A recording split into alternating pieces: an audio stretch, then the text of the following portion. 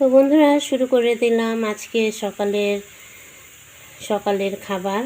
তো সকাল হয়েছে অনেকক্ষণ, সমস্ত কাজ সেরে স্নান সেরে পুজো দিয়ে চলে এলাম রান্নাঘরে।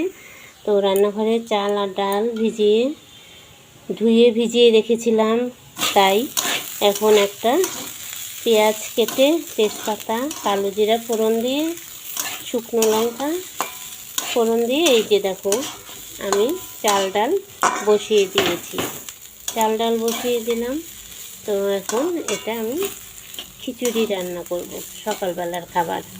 তো সঙ্গে ভাজাভুজি কিছু দেব না, ভাজা কম খাওয়াই ভালো। তার মধ্যে আবার একটু গ্যাসের সমস্যাও আছে, গ্যাস পাওয়া যাচ্ছে না বলে সেই জন্য বেশি 3-4 পদ রান্না না করাই ভালো। তো সকালবেলাটা আমি এটাই আজকে রান্না করব ভেবেছি। তার মধ্যে কিছু আলু কেটে নিয়েছি, এই যে আলু আর কাঁচা লঙ্কা।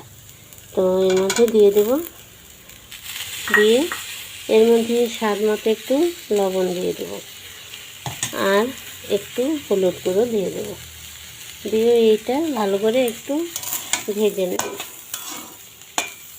ভালো করে ভাজা করে নেব। নিয়ে এর মধ্যে একটু খানিকটা জল দিয়ে দেব, সিদ্ধ হবে। আর একটু পাতলা টাইপের খিচুড়ি করব সকালবেলা খাবার। তো দেখো ভালো করে আমি নেড়ে নিচ্ছি, ভালো করে ভেজে নিচ্ছি তেলে, চাল ডাল আলু কাঁচা লঙ্কা সব কিছু একসঙ্গে দিয়ে। তো ব্যাপারটা ভালোই হবে, তাই না বলো? ভাগ করে রান্না করলে গ্যাসটাও বেশি লাগে, সেই জন্য রোজ ভাত খেতেও ভালো লাগে না। তাই ভাবলাম আজকে একটু অন্যরকম কিছু রান্না করি।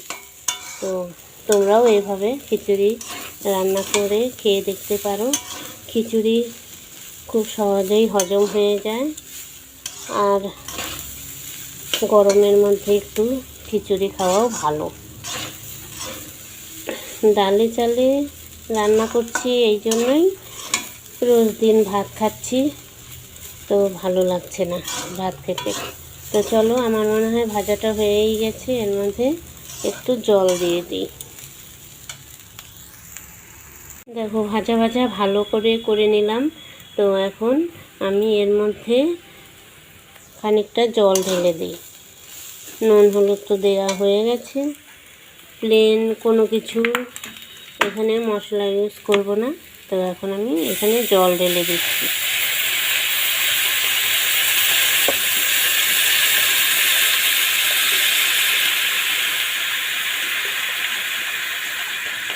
একটু জল বেশি দিতে হবে, কারণ এটা সিদ্ধ হতে হবে, সেই জন্য জলটা একটু বেশি দিয়ে দিলাম।